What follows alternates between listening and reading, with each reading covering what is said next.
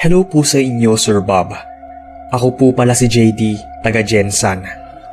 Gusto ko lang pong i-share sa inyo itong creepy experience ko noong May ng 2013. 16 years old pa lang ako that time.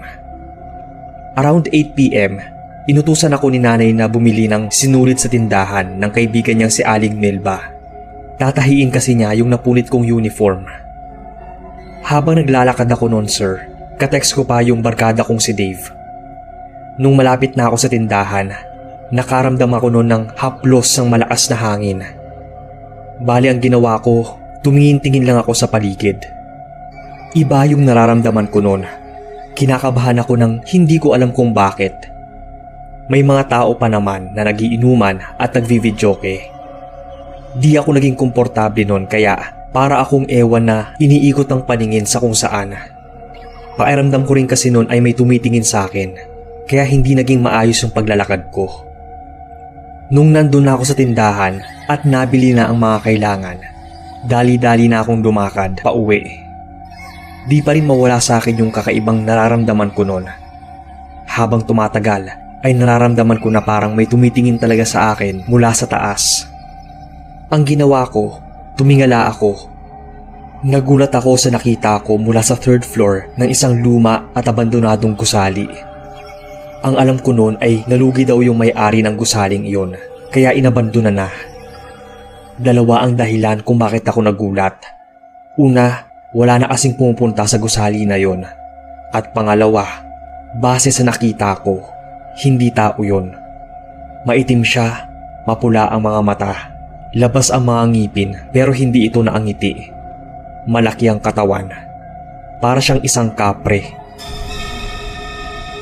Nanlilisik pa siyang nakatingin sa akin, kaya tumakbo na ako noon sa takot. Dahil sa nataranta na nga ako, hindi ko napansin na nabitawan ko pala yung pinapabiling sinulit ni nanay. Ligtas naman akong nakauwi noon, at kahit habol ang hininga, nakwento ko pa rin sa pamilya ko yung nakita ko. Nung narinig nila yun, hindi naman sila naniwala kasi sa puno lang daw nagpapakita ang kapre. Isa pa, sa tinagal-tagal namin doon, bakit naman ngayon lang yun nagpakita? Nung tumagal na ay napaniwala din sila kasi pati yung ibang kapitbahay o yung mga taong madalas dumaan sa lumang gusaling iyon ay napagpapakitaan din ng nilalang na yun. Ilang buwan matapos yun ay may nawalang bata sa lugar namin. Wala silang ibang pinaghinalaan kundi yung kapre, pero hindi naman yun napatunayan kasi hindi na talaga nakita yung bata. Ni katawan o bangkay man lang nito. Nung sumunod na taon ay lumipat na kami ng tirahan kasi habang tumatagal, mas lalong nagiging nakakatakot na ang aming lugar at may mangilan-ngilan na rin na nawawala at mga krimeng nagaganap. Hanggang dito na lang po, sir. Salamat po kung mabasa niyo ang aking kwento at God bless sa inyo.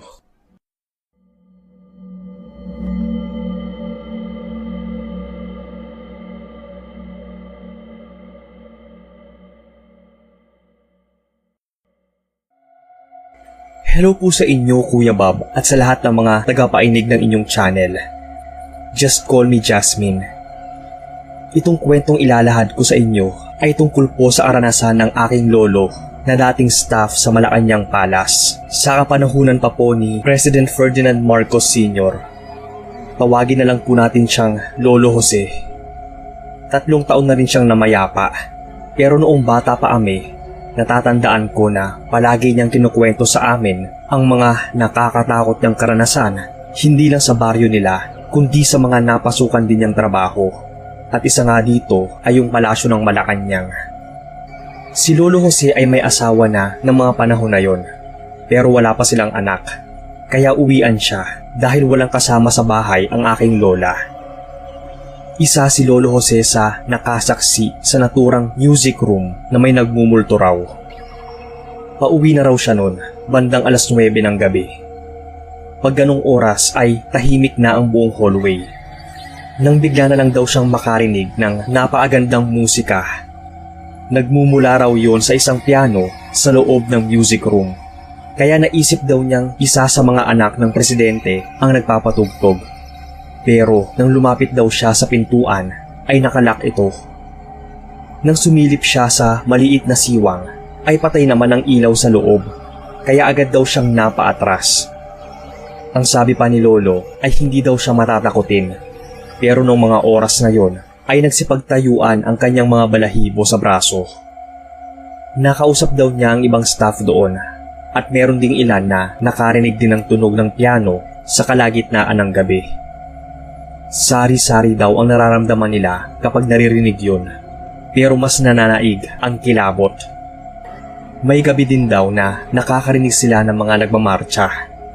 Pabalik-balik daw yun, at kapag tinitingnan naman nila kung saan nanggagaling yun, bigla naman daw mawawala. Minsan daw ay minadaanan silang isang silid. May naririnig silang nagsasalita ng iba't ibang lengguwahe na para daw Espanyol. Pero nang silipin daw nila ang silid na yun, ay wala namang tao. Totoo rin daw ang kwento sa malaking balete tree sa entrance ng Freedom Park. Sa tuwing dumadaan siya doon ay nakakaramdam na lang siya ng bigat sa kalooban. Para daw siyang may daladalang napakabigat na bagay sa kanyang dibdib. May oras pa na para siyang nahihilo. Ang sabi ng ilan ay isang kapre ang naatira doon. Pero ang sabi ni Lolo, maliban daw sa kapre ay may mga ligaw na kaluluwa ding nakapalibot doon. Minsan kasi, nang ginabi siya ng uwi at napasilip daw siya doon sa malaking puno, parang may naglulutangang mga puting bagay. Akala nga raw niya ay mga tela na itinali sa mga sanga ng puno. Kinabukasan ay wala naman siyang nakitang tela. Hindi din daw siya makatingin ng matagal doon dahil para siyang hinihigop. Ramdam niya ang negatibong enerhiya na nanggagaling sa malaking punong yun. Pero nung nabubuhay pa siya, sinabi niya na parang wala na daw nakatira doon sa puno. Hindi nga siya maapaniwala na tatagal daw yun doon. Halos sa lahat ng hallway daw ng Malacanang ay may nagpaparamdam. May kasamahan daw siya noon na habang naglalakad sa hallway ay bigla na lang daw may tatawid at tatagos sa pader. May nanggagaya din daw ng mga kasamahan nila o yun bang doppelganger. Pero ang hindi makakalimutan ni Lolo na pati daw siya ay ginaya. Doon daw siya sobrang kinilabutan. Masamang pangitain daw kasi kapag ginaya ka ng isang entity. Maaga daw na umuwi si Lolo ng araw na yon dahil buntis naman si Lola at malapit ng mga anak. Kaya palagi daw siyang nag-undertime. Pero nagulat na lang daw siya kinabukasan nang sabihin ng isang kasamahan niya na nakita daw siya nitong naglalakad sa Mabini Hall. Ilang beses daw siya nitong nakita pero hindi daw siya namamansin. Tinatawag daw nito si Lolo pero hindi ito lumilingon. Dire-diretso lang daw itong naglalakad palayo. Mga bandang alas 8 na daw yon nang mangyari at alas 4 pa lang ng hapon ay nakauwi na si Lolo. Kinilabutan na lang daw ang kasamahan niya noon nang malamang hindi siya ang nakita nito. Doppelganger pala niya. Ilang beses daw na ginaya si Lolo Jose. Doon daw palagi ito nagpapakita sa Mabini Hall. Nagugulat na lang daw sila dahil nakikita siya doon, pero maya-maya ay andoon na siya sa ibang parte ng palasyo na imposibleng malakad niya ng ganoong kabilis, ang laki ng loob ng Malacanang. Marami pa raw na naging karanasan noon si Lolo na ipinagwalang bahala na lang niya.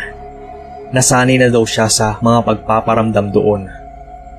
Hanggang nga sa magkaanak na sila ni Lola at pinasya na niyang umalis na sa Malacanang at magnegosyo para lagi niyang kasama ang kanyang pamilya. Sana po ay babasa ninyo itong mensahe ko.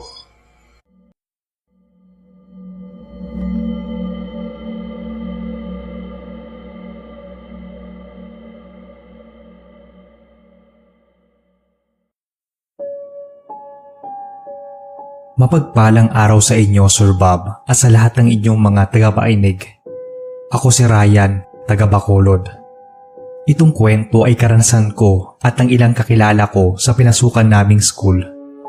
Hindi ko na lang po babanggitin kung ano, basta kilala ito na medyo haunted na eskwelahan dito sa Bacolod. May klase ako sa gabi.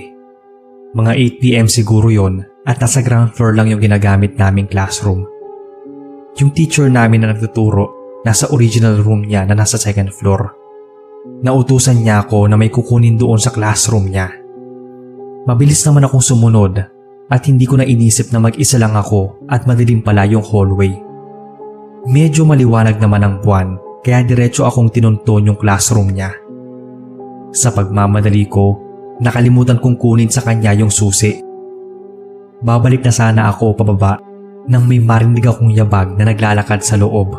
Kaya napasilip ako sa maliit na siwang ng pinto. Doon, may nakita akong estudyante na palakad-lakad.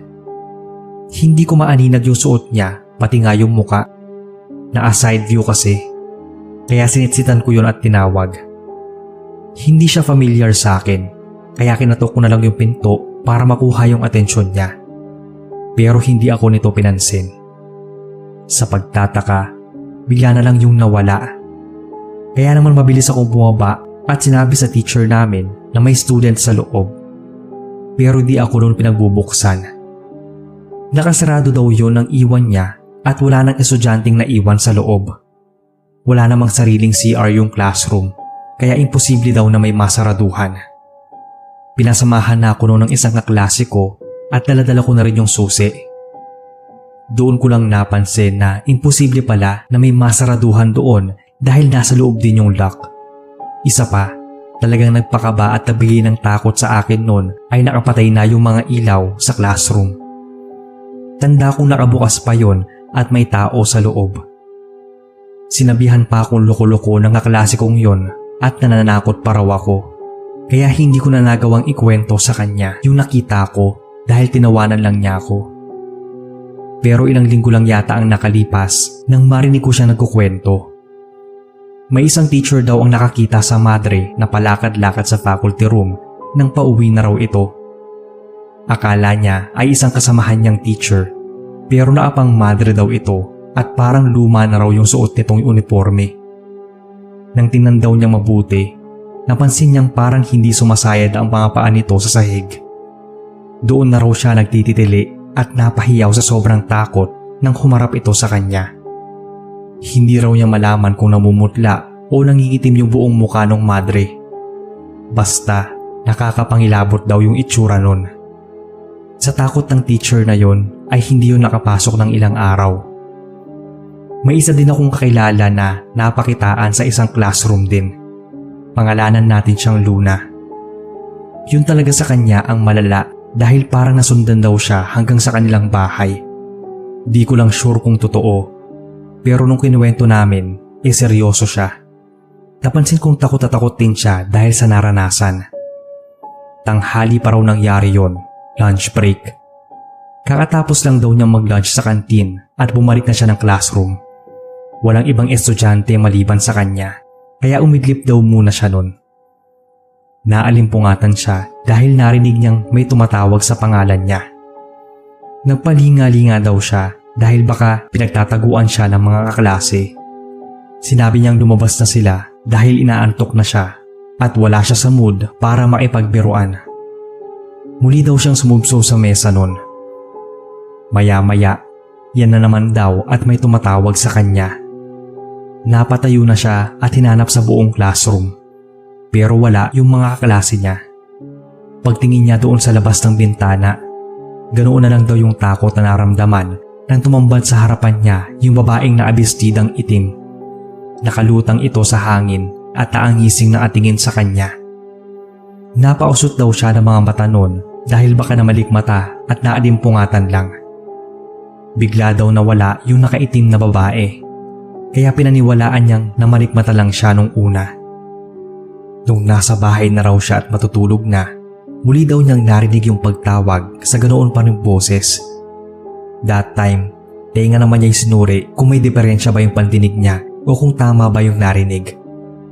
Muli daw niyang narinig yon, kaya napadungaw siya sa may bintana ng kwarto niya. Katakot-takot na mura at banggit sa iba't ibang santo daw ang nagawa niya, sabay parang nangisag ang mga buto sa sobrang takot. May babaeng nakaitim, nakalutang at nakatunghay daw sa kanya sa bintana. Paulit-ulit daw siyang nagsisisigaw noon ng mama, hanggang sa magdilim na lang daw yung paningin niya. Nagising siyang may bimpo sa noo inaapoy daw siya ng dagnat. Kaya ang akala na naman niya ay masamang panaginip yun. Pabalik-balik daw yung lagnat niya hanggang sa dalhin daw siya sa manghihilot o manggagamot. Doon daw nalaman na may itim na ligaw na kaluluwang nakasunod sa kanya. Madali daw palang maka-attract ng kaluluwa itong si Luna dahil lunar ito at masyadong emosyonal. Kaya naman simula nang mangyari sa kanya yon ay nakikihalubilo na siya sa mga kaklase niya. Hanggang ngayon, ang alam ko ay may nakakaranas pa rin ng mga kababalaghan sa high school na to. Hindi ko pa naisama yung karanasan ng isang janitress. Creepy din yun, pero next time ko na lang po ipapadala kapag nagka-oras na. Ito lang po muna ang mga kwento at more power pa sa inyong channel, sir.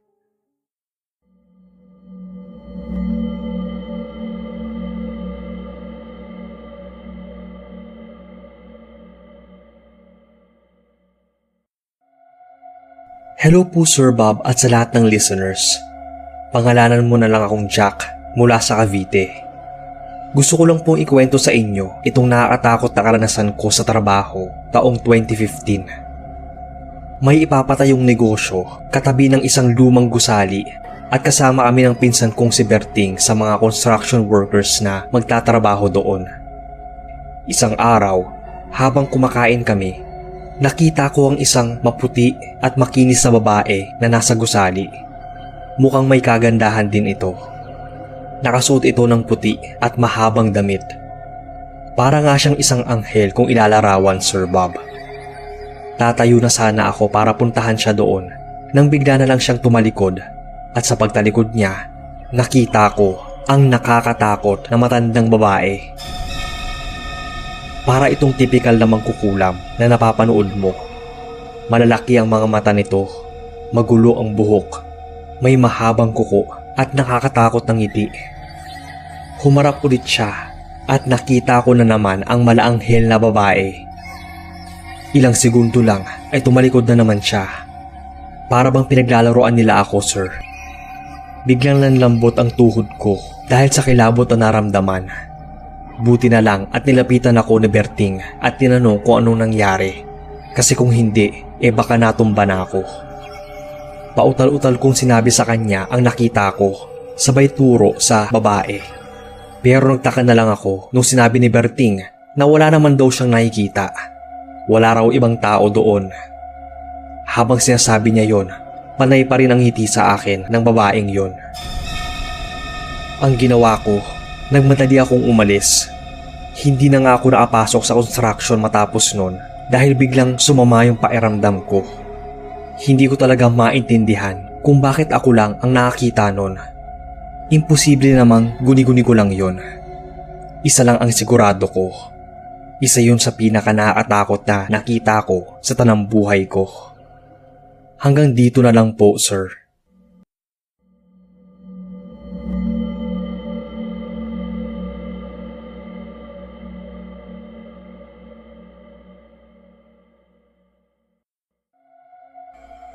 Ako po si Bianca.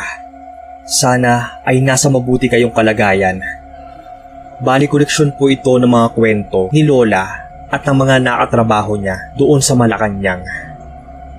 Meron daw siyang nakatrabaho noon na naunang magtrabaho sa Malacanang. At kaya daw umalis ito ay dahil sa mga paramdam na hindi na nito nakayanan. Noong una ay parang normal lang daw ang palasyo. Tahimik at lahat ay abala sa mga gawain. Sa laki daw noon ay halos hindi na nga magkakitaan ang mga nagtatrabaho doon, lalo na paggabi. Sobrang tahimik kapag walang okasyon. Doon na daw nakakaramdam ng kakaiba ang mga staff ng palasyo. Merong nakakita na may mga sundalong naglalakad sa hallways at bigla na lang silang tatago sa pader. Yung kaibigan daw ni Lola ay nakarinig ng umiiyak na babae sa isang hallway sa palasyo. Sa Kalayaan Hall yata yun. Sobrang creepy daw doon paggabi dahil na rin sa nakakatakot na ambience ng lugar. Kahit nga raw yung mga guards na nakabantay sa gabi ay nangingilabot kapag umiikot sa parteng yon. Yung karanasan ng kaibigan ni Lola na naghatid ng kilabot sa kanya ay nang minsang naglalakad ito sa mabini hallway. Dire-diretso lang daw itong naglalakad nang may madaanan daw itong babae na nakatanaw sa bintana sa loob ng Mabini Hall.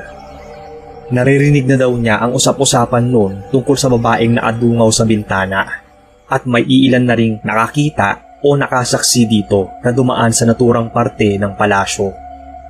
Ang akala niya nung una ay isa itong opisyal sa palasyo dahil magara ang suot nito, kaya nilagpasan lang niya. Pero nagtaka na lang daw siya kung bakit ito nag-iisa doon. Kaya tiningnan niya ulit ito at balak sana itong batiin.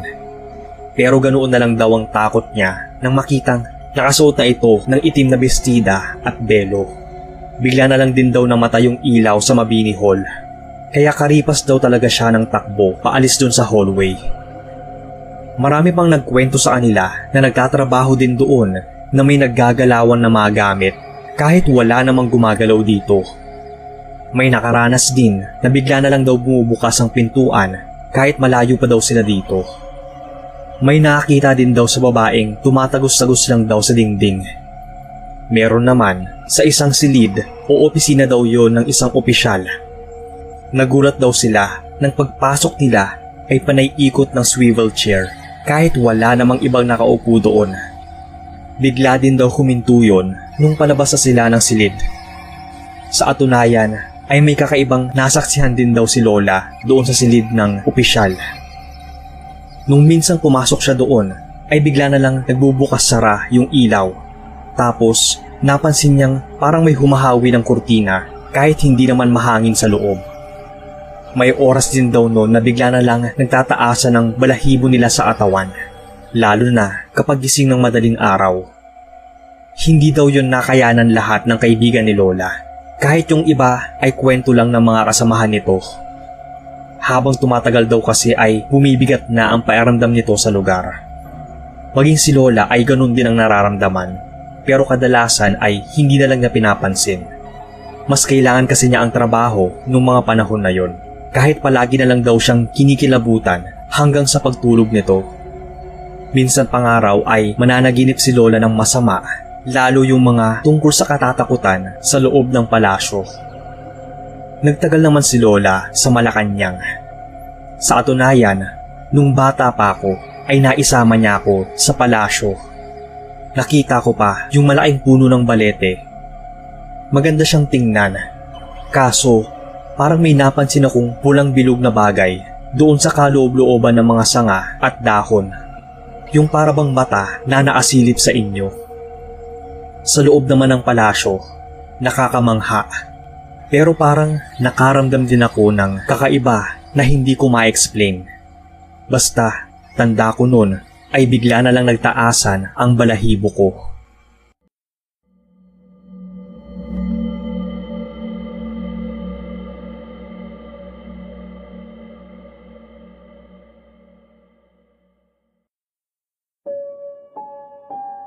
Hello po Sir Bob. Tawagin na lang akong Maxine, taga Negros Oriental. Itong karanasan ko ay nangyari sa isang lugar sa Bacolod. Minsan noon ay nagkayayaan kaming magbabarkada na pumunta ng Bacolod sa isa pa naming kaibigan na taga doon. Ang plano namin, doon na lang sa kanila magstay. Pero ang sabi niya, hindi daw kami kasya sa bahay nila. May alam siya na pwede naming tirhan pansamantala habang nagagala kami doon. Mura lang daw at malaki yung bahay. Pumayag na kami dahil mas may enjoy nga naman namin kung may matutuluyan kaming bahay doon na wala kaming ibang iniisip at pakikisamahan. Makakauwi at makakaalis pa kami kahit anong oras. Medyo malayo din yon sa tirahan ng kaibigan namin. Parang ang private property na yon at kung mapapaganda pa ay pwede ng resort. May mataas na gate at pader. Namangha din kami sa laki ng bahay pero halatang luma na talaga. May swimming pool pa nga pero wala ng tubig at puro na lang dahon ang laman nun. Ang sabi ng namamahala ay isang foreigner ang may-ari pero wala namang binanggit kung binenta o pinabayaan na lang yung bahay basta-basta. First night namin doon kasama yung kaibigan naming taga Bacolod ay nag-ihaw kami ng isda at liempo. Yung mga lalaking kasama naman namin ay nagsimula ng mag-inuman. Nagpunta ako noon sa kusina mag-isa para kumuha ng lagayan ng inihaw. Nagulat pa ako noon nang makita ko yung kaibigan naming lalaki na nakatalikod at papalabas ng likod bahay. May pinto kasi noon sa may kusina palabas. Doon ko nga siya naabutan.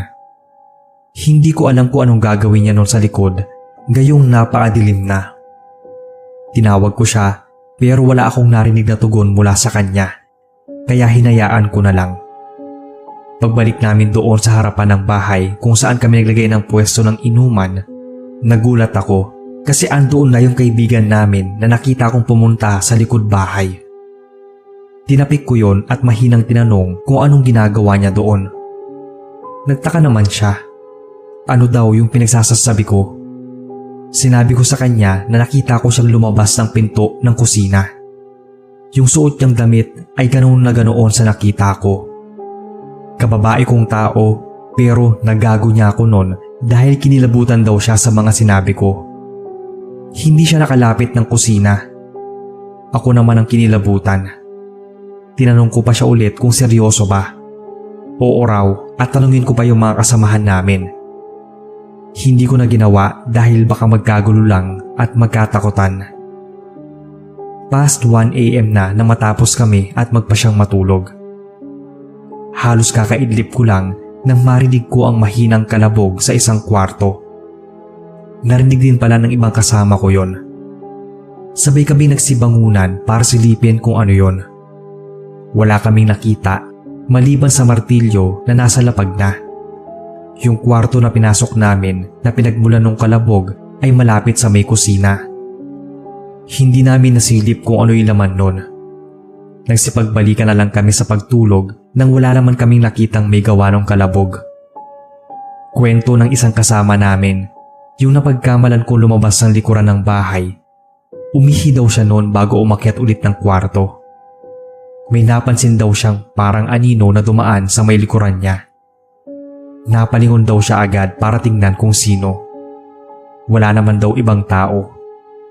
Agad daw siyang bumalik sa kwarto noon na ginagamit nila. Pahiga na raw siya nang may makita na naman siyang aninong dumaan sa may pintuan. Hindi na raw niya yon pinansin dahil sobrang antok na niya. Nakaidlip na raw siya nang maramdaman niyang parang may kumakalampag at yumuyugyug sa higaan niya. Nasa lapag yung iba naming kasamang boys at siya yung humiga doon sa kama. Ramdam daw niya yung pagyugyug ng higaan niya kaya mabilis siyang bumangon. Napamura pa nga daw siya sa pag-aakalang ginugulo siya ng kasama niya sa kwarto. Pero tulog na tulog daw yung iba. Ako naman noong mga oras na yon ay nakaramdam ng alinsangan. Di lang pala ako, kundi yung mga kasama ko sa kwarto. Para kaming sinisilaban sa sobrang init.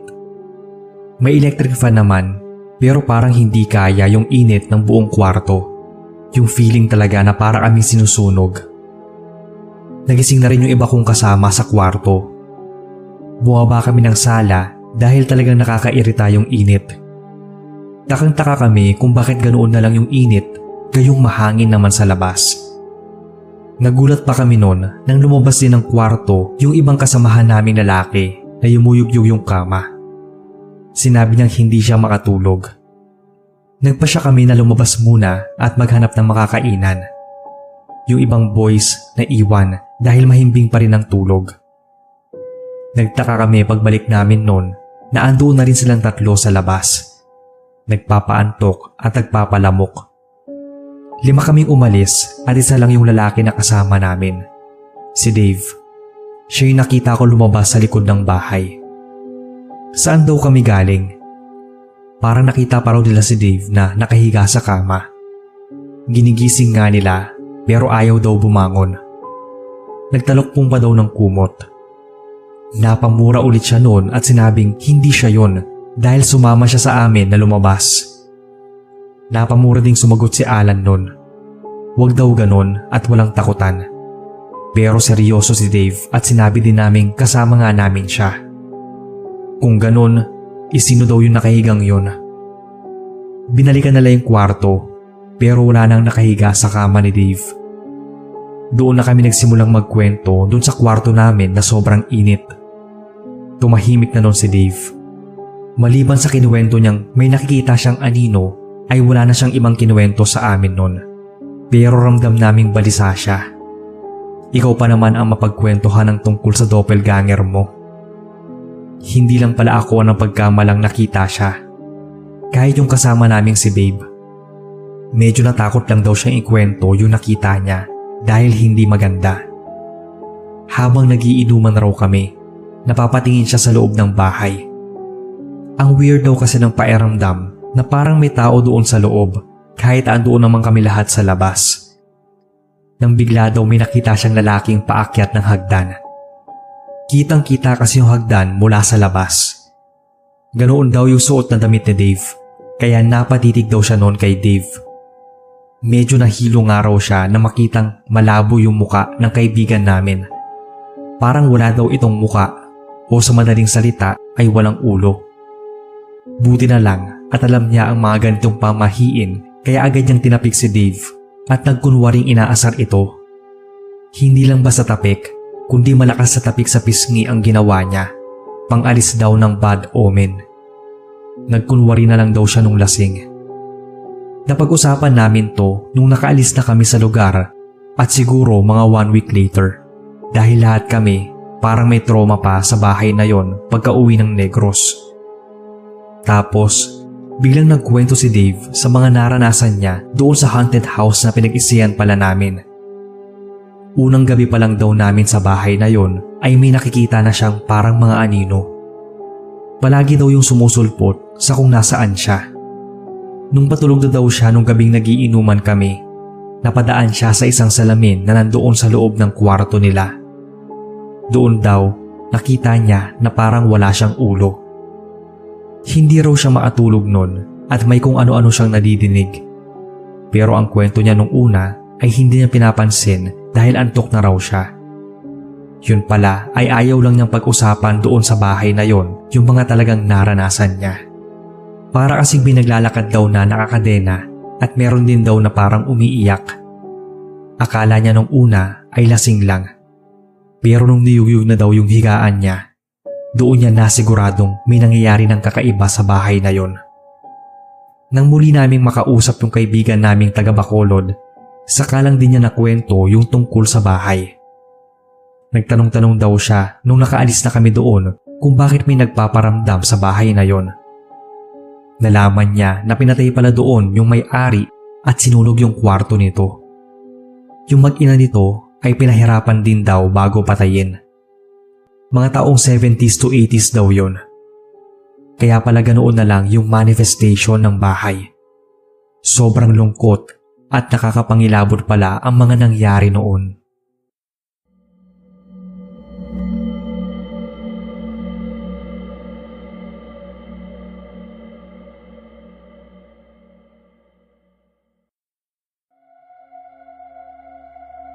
Magandang araw po sa lahat. Ako pala si Jake, taga Iligan City. Gusto ko lang pong ikwento itong mga katatakutang naranasan ko noon. Hinding-hindi ko yan makakalimutan since paulit-ulit yung nangyayari sa akin at sa mga kapatid ko. Konting background lang po. Produkto po kami ng isang broken family. Nalaman kasi ni Mama na may ibang babae si Papa, kaya pagkatapos nilang maghiwalay ay lumipat na kami ng bahay. Ang sabi kasi ni Mama, ayaw na niyang makita pa kami ni Papa dahil baka ilayo kami nito sa kanya. Dito pa rin yun sa Iligan, Sir Bob, pero medyo malayo na. Nabili ni Mama ang isang bahay sa tapat ng lumang gusali. Hindi naman kalakihan ng gusaling iyon, pero sobrang luma na. Parang noong mga 1900s pa nga, tapos inabando na. Madaling araw nang nakauwi si Mama galing sa trabaho. Night shift kasi yung napunta sa kanyang schedule doon sa isang restaurant sa kabilang barangay. Kaya ang nangyayari, kapag gabi, kami magkakapatid lang ang magkakasama. 2011 to, siguro around 5 p.m.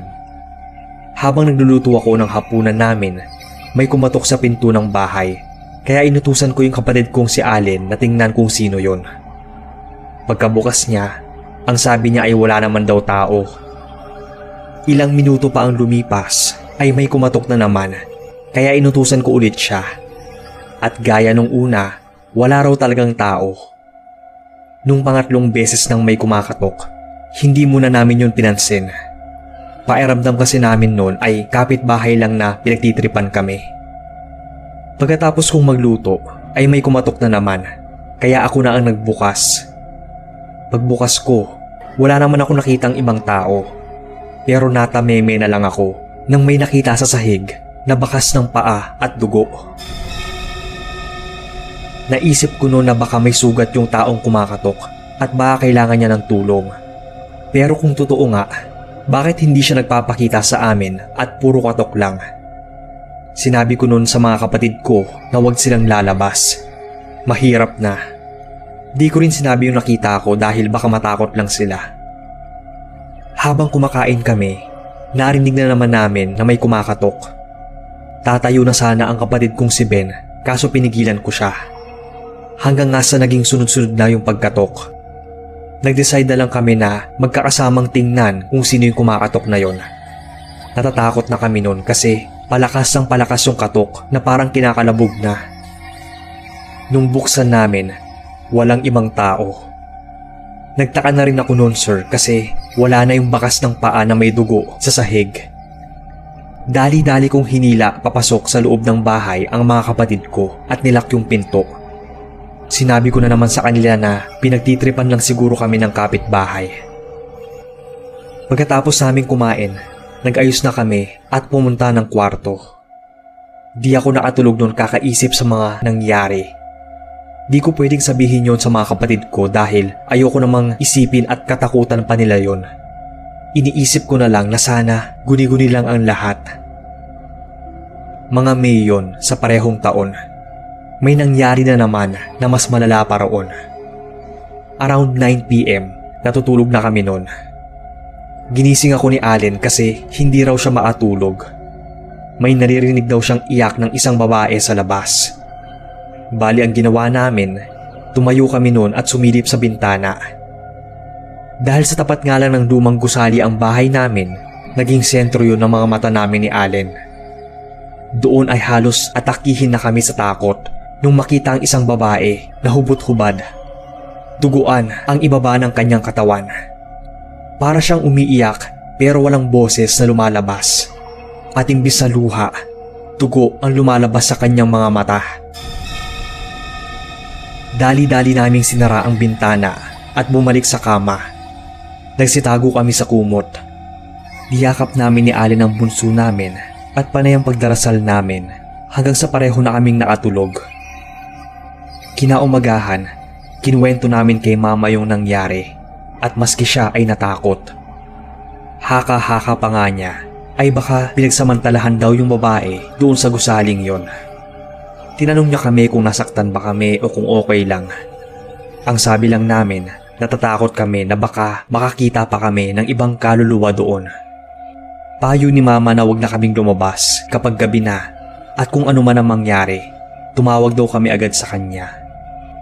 Akala namin yun na ang huli kasi hindi na agad yun nasundan. Pero nung taong 2013, may na-experience na naman ako. Hindi ko alam kung bakit sa dinami-rami ng mga kapitbahay namin, kami pa yung nakakaranas ng ganun.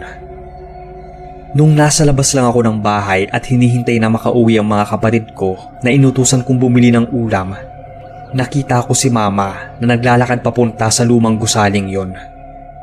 Tinawag ko pa nga siya at tinanong kung anong gagawin niya doon, pero hindi siya lumingon. Nagulat na lang ako nang makita si mamang tumagos sa pinto at nakapasok sa loob ng lumang gusali. Ang ginawa ko, tumakbo ako para sundan siya, pero hindi ko napansin na may sasakyan pala kaya nabangga ako nito. Nagising na lang ako na nasa ospital na. Doon, nakita ko si mama na umiiyak na nakatingin sa akin. Dali-dali ko naman siyang niyakap nun. Tinanong niya ako kung bakit dali-dali naman akong tumawid ng kalsada nang hindi tinitingnan ng sasakyan. Ang sabi ko sa kanya, nakita ko siyang pumasok sa lumang gusali at tumagos pa siya sa pinto. Doon ay nagtaka na si mama kasi hindi naman daw niya ginawa yon at imposibleng magawa niya yon. Nasa trabaho siya nung mga oras na yon At tumawag nga daw sa kanya ang kapitbahay namin para sabihin yung nangyari. Ang sabi ko sa kanya na hindi ako namalikmata at siya talaga o kamukhang kamukha niya yung nakita ko. Sa murang edad, alam ko na hindi normal ang mga nangyayari.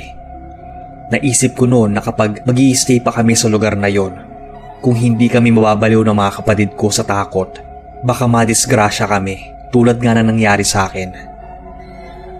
Bago ako na-discharge, sinabi ko kay mama na ayoko nang bumalik sa bahay na yon dahil natatakot na ako sa kung ano pang pwedeng mangyari at sa lumang gusali na nasa tapat lang ng bahay namin.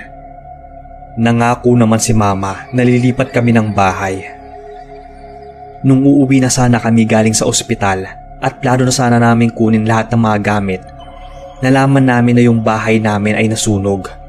At ang mas nakapagtataka, walang ibang nadamay na bahay sa sunog. Yung bahay lang talaga namin. Hindi namin alam kung sinadya ba yun o aksidente o malas lang talaga.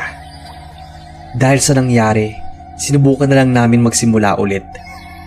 Tumigil muna kaming magkakapatid sa pag-aaral noon hanggang sa maabangon.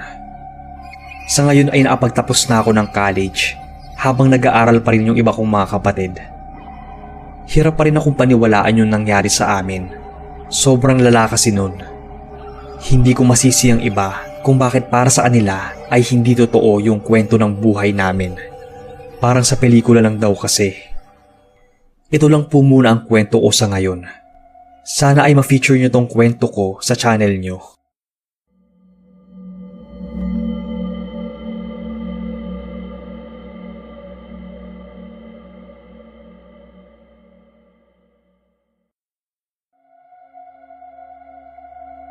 Magandang araw sa inyo, boss. Meron po akong kwentong gustong ibahagi sa inyo. Tungkol ito sa Palasyo ng Malacanang. Isa nga ito sa pinaka-kinatatakutang lugar sa Pilipinas. Pinamumugaran kasi ito ng mga kaluluwa. Nung panahong Pangulo pa si Ginoong Fidel V. Ramos ay namasukan bilang isang maid ang tiyahin ko. Tawagin niyo na lang po akong Precious at ang tiyahin ko naman ay si Tita Helen. Nasa Visayas na pala siya ngayon. Pero nung magkasama pa kami sa bahay, ay naikwento niya ang mga naranasan niya sa loob ng Malacanang Palace. Kaya lahat ng naririnig at napapanood ko sa telebisyon ay pinaniniwalaan ko. Ayon sa kwento ng tita ko, ay nakatoka daw siyang maglinis ng mga hallways. Doon pa lang daw ay marami na siyang nararamdamang kakaiba. Tuwing madaling araw daw, mga bandang 2:00 hanggang 3:00 ng umaga ay nagigising daw siya. Sobrang tahimik daw ng hallway. Hanggang sa bigla na lang siyang makakarinig ng mga nagmamarcha. Sunod daw noon ay may hinang mga bulungan. Kwento naman ng iba niyang kasamahan. Nung maaga daw silang nagising dahil may event. Yung mga gamit daw sa kusina noon ay bigla na lang daw naggalawan at nagkalansingan. Nawawala na lang din daw bigla yung mga platong hinahanda nila para sa pagdaraos. May nakita rin daw yung isang staff ng Malacanang na isang lalaking naglalakad galing sa guest room. Naka-Amerikana daw ito at para ding opisyal ng palasyo. Tapos, bigla na lang daw itong tatagos sa dingding. Muntikan na raw mawala ng malay yung kasamahan ni tita na nakakita nun. Mabuti na lang daw at nakita siya noong kasamahan nila at naagapan yung pagbagsak niya. Nagkasakit daw yun at simula nun ay hindi na bumalik pa ng palasyo. Kapag napag-uusapan naman daw ni na tita ang tungkol sa mga nararanasan nila o nararamdaman, ay parang nagtataasan bigla yung mga buhok nila sa katawan. Yun bang hindi lang sila ang nandoon at may iba pang presensya. Bigla na lang daw pabagsak na sumasara ang pintuan ng kwarto nila. May naggagalawan din daw ng mga gamit sa kwarto nila at babagsak ng ganun-ganun na lang. Minsan naman nun, papuntang guest room yung dalawang kasamahan nila para maglinis. Napaatras na lang daw sila nun nang hawakan na nila ang seradura ng pinto. Bigla na lang daw kasi yung bumukas kahit wala namang tao sa loob. Pero pakiramdam daw nila ay may tao doon at gusto silang papasukin. kakaibang ginaw daw ang sumalubong sa kanila sa kwarto. Ang sabi-sabi pa ay marami na ang nakakaranas ng ganoon, lalo na yung medyo matagal nang namamalagi doon. Nasanay na nga lang daw yung ibang staff ng palasyo. Bigla daw kasing bumubukas yung pinto kahit nakapinid ito at wala namang ibang tao. Nang tumagal ay naging katuwaan na lang. Tinatawanan na lang nila ang mga karanasan. Pero nangilabot daw si tita nang naglilinis na siya sa may dining area. Bigla na lang daw gumalaw yung chandelier ng malakas at namatay yung mga ilaw nito. Hindi naman lumindol nun. Nagsigawan daw sila at nagmamadaling lumabas ng dining hall. Buti na lang daw at hindi bumagsak yung chandelier. Umilaw naman daw ito at huminto na sa paggalaw. Nung minsan naman, sa may guest room ay may nakitang silhouette ng isang lalaki ang kasamahan nila. Parang palakad-lakad daw ito at hindi umaalis doon sa loob. Kaya naman imbis na lilinisan daw sana niya yung kwarto, ay sinamahan na lang daw muna niyang maglinis si tita sa hallway. Hindi rin daw maatulog noon nang mahimbing si tita sa quarters nila. Yung pakiramdam daw niya parang may nagmamasid sa pagtulog niya. Sa lahat daw ng nandoon ay si tita ang pinakasensitibo ang pakiramdam. Matatakotin din daw talaga siya, kaya wala siyang ginagawa kapag hindi siya maatulog, kundi ang mairamdam na lang. Napapapikit daw siya kapag bigla na lang bumubukas ang pinto ng kwarto nila. Nararamdaman at dinig daw niya ang mga yabag ng kung sino mang pumasok. Pabalik-balik daw ito sa loob at labas ng kwarto nila. Yung kurtina daw ng kwarto na sobrang kapal ay bigla na lang nahahawi. Di na daw nun makayanan ni tita ang mga paramdam, kaya hindi na siya nagtagal doon. Ang huling nasaksihan niya habang naglilinis siya ng hallway ng guest room ay ang babaeng nakatalikod na inakala niyang kasamahan niya. Pero ganoon na lang daw ang takot niya nung pagharap daw nito sa kanya ay malabo o burado yung mukha niya. Saglit daw siyang natigilan at hindi nakakilos. Tumalikod na lang daw ito sa kanya at tumagos sa dingding. Ilang araw lang nun at umalis na si tita. Napapanaginipan pa rin niya paminsan-minsan yung babaeng burado yung muka. Doon niya nalaman na noon pa man ay may kwento na tungkol sa kwarto na yon. May black lady daw na nananahan doon. Ito lang po muna ang kwento ko sa ngayon, boss. Salamat po kung inyong mabasa.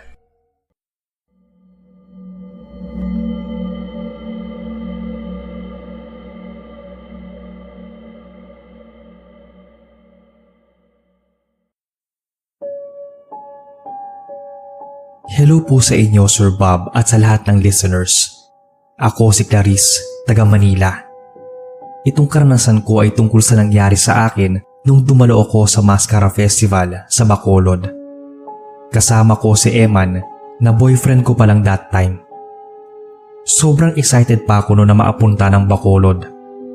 First time ko lang. Samantalang ilang beses na naapunta doon si Eman nung hindi pa kami mag-boyfriend-girlfriend. A day before the festival kami dumating doon. May nabook na kaming hotel at doon kami mag-i-stay for 3 days. Hindi ko alam that time na 3 weeks na pala akong pregi. So all out talaga kami sa pag-join namin sa festival. Nakikipagsiksikan kami sa maraming tao. Nakikipagsigawan at talon talaga. Hindi ko maalala masyado, Sir Bob, pero parang yung time na yon, sobrang siksikan. May sumagi sa akin. Not sure if matanda na yun ang babae o nasa early 60s pa lang. Pagkasagi niya sa akin, tiningnan niya pa ako ng masama at sinabihang mag-iingat naman.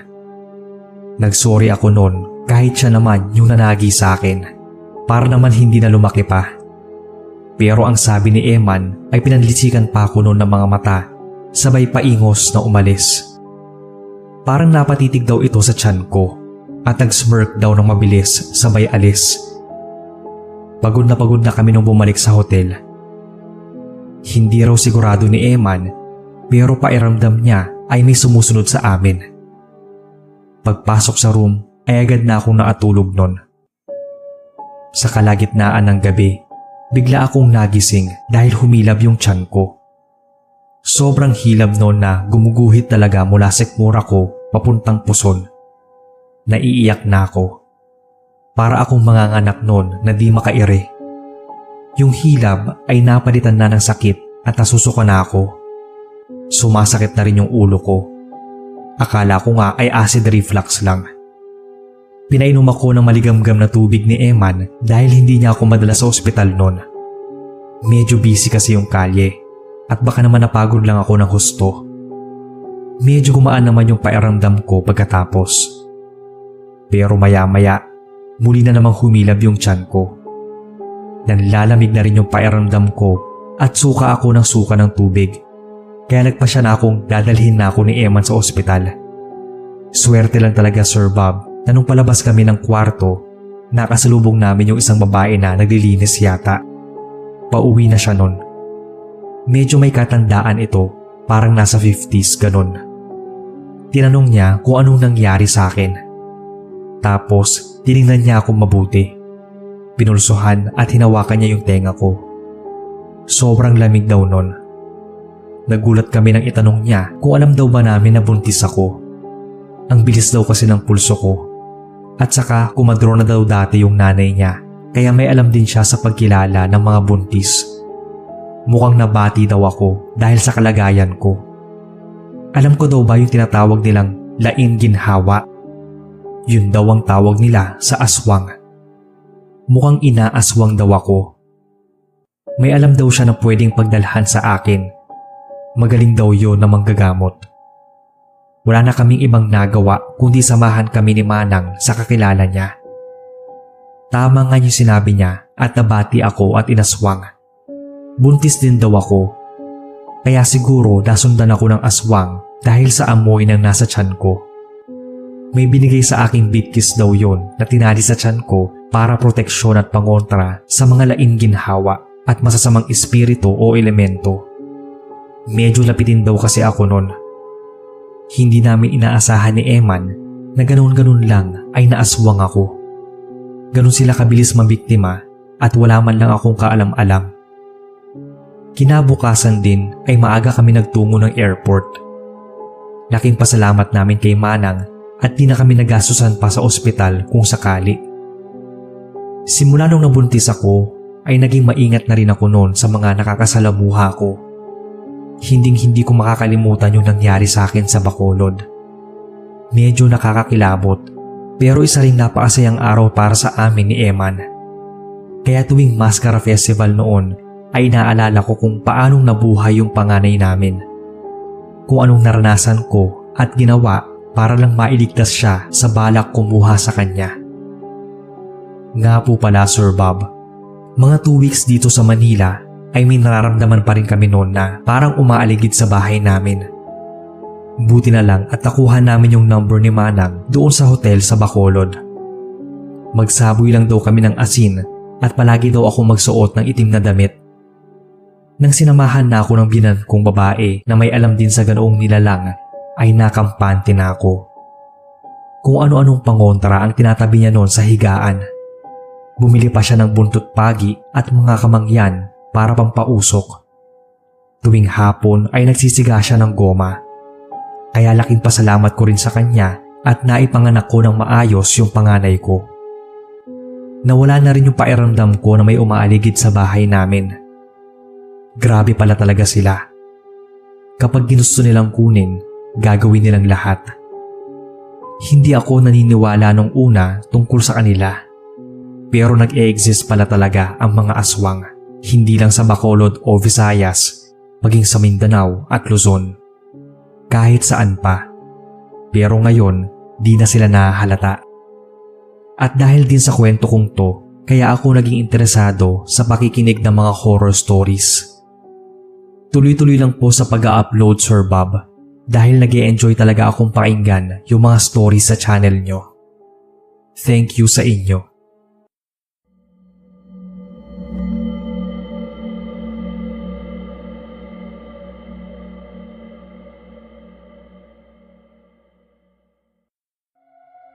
Magandang araw po sa lahat. Ako po pala si Aurelio, taga-probinsya ng Bicol.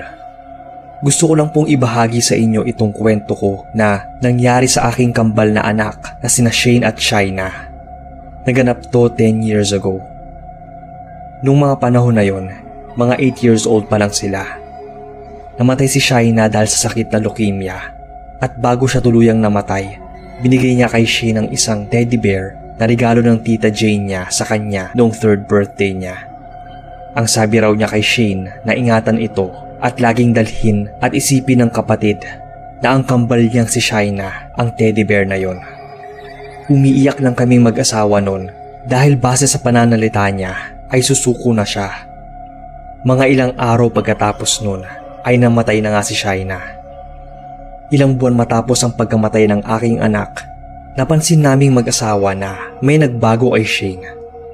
Madalas na siyang umaalis ng bahay ng mag-isa kapag weekend. Kapag may pasok naman, sabi ng teacher niya, tulala lang daw o di kaya'y kinakausap ang sarili. Isang araw, tinanong namin si Shane kung may problema ba siya, pero ang sabi niya ay wala naman daw. Masaya nga daw siya kasi kasama niya ang kambal niya. Habang sinasabi niya yon, naangiti siyang tumingin sa teddy bear ni Shaina.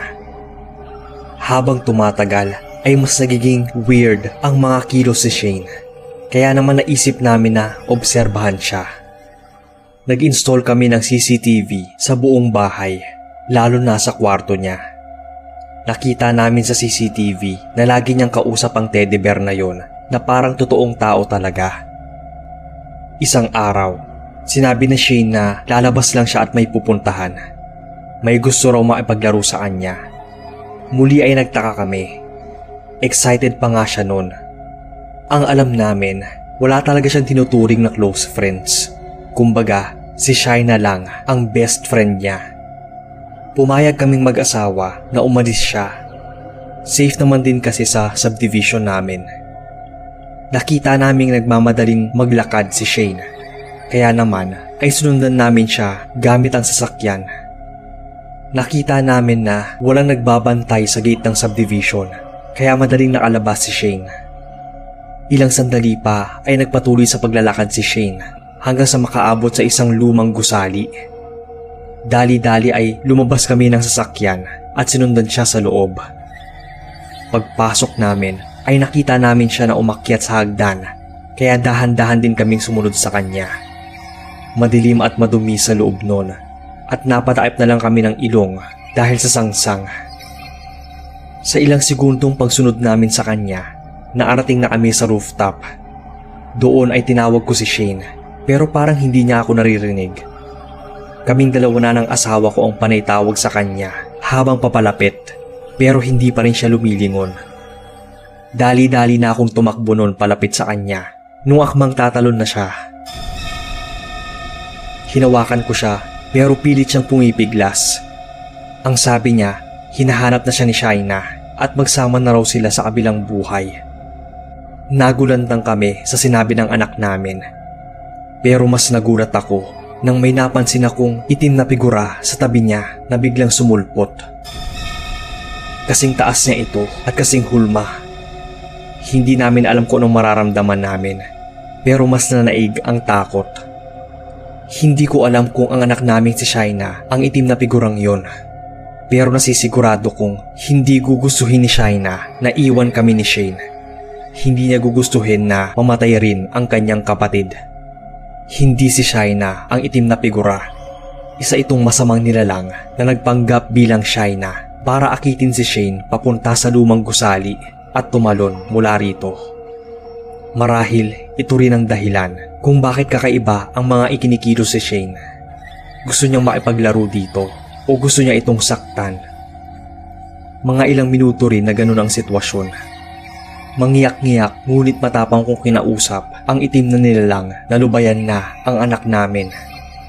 Nang bigla na lang itong naglaho at parang natauhan si Shane. Nagtataka pa ito kung anong ginagawa nila doon. Ikinwento ko sa kanya ang nangyari. Matapos yun ay naging normal na ulit ang pagkilos si Shane. Hindi na niya kinakausap yung teddy bear o ang kanyang sarili. Pero lagi pa rin daw niyang namimiss ang kanyang kambal at best friend na si Shaina.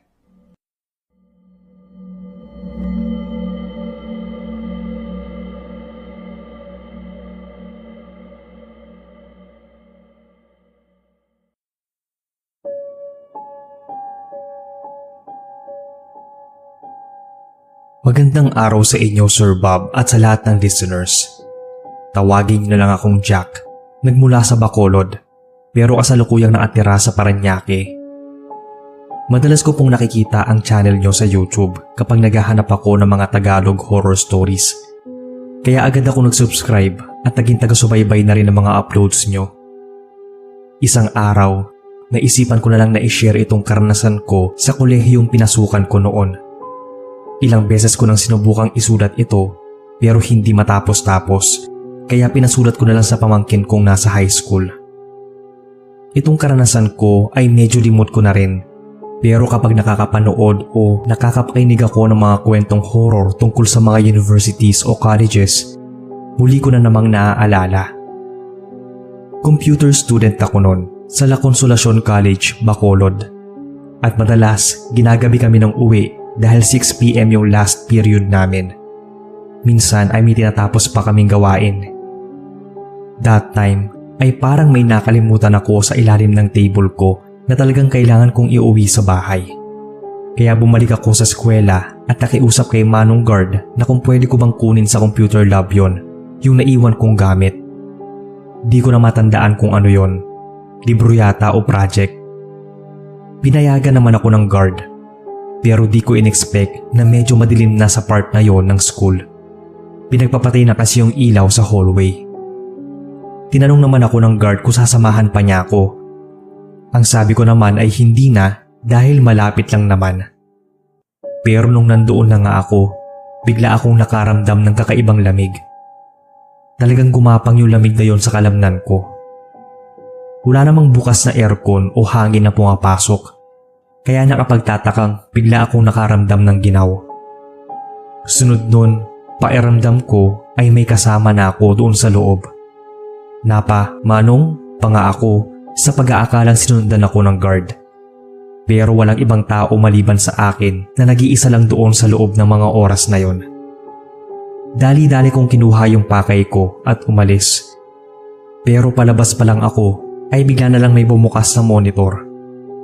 Napapamura ako habang kinakwento ko to sa pamangkin ko. Kinakabahan ako ng husto nun. At habang tinitingnan ko nun yung screen, parang may namumuong imahe ng isang muka. Hindi agad ako nakakilos dahil pakiramdam ko nanginginig yung mga tuhod ko at nangihina. Sabay parang lumalaki yung ulo ko. Nang lumabas na yung buong muka sa screen, ay doon na ako nagtititiling lumabas ng classroom at nagmamadaling lumakad ng hallway. Pero habang nasa hallway naman ay nakarinig ako ng mga yabag na parang minaasunod sa likuran ko. Agad akong lumingon sa pag-aakalang may nananakot sa akin. Pero kadiliman lang ang sumalubong. Pagbalik ko ng tingin doon sa dinadaanan ko, laking gulat ko nang may tao nang nakatayo sa may unahan. Muli akong napatawag ng Manong, sa pag-aakalang sinusundo na ako ng guard. Pero hindi yun umimik at nanatiling nakatayo lang. Kaya nagmadali na akong lumapit sa kanya. Bigla naman siyang naglakad pa kanan. Ang alam ko, maliban sa isang opisina doon ay wala na siyang ibang mapupuntahan. Kaya nang sundan ko siya, nagtaka ako dahil bigla na lang siyang nawala. Nakasarado din yung opisina kaya naguluhan ako kung saan yung nagpunta. Nagmadali na lang akong lumabas at di na nag-abalang hanapin pa siya.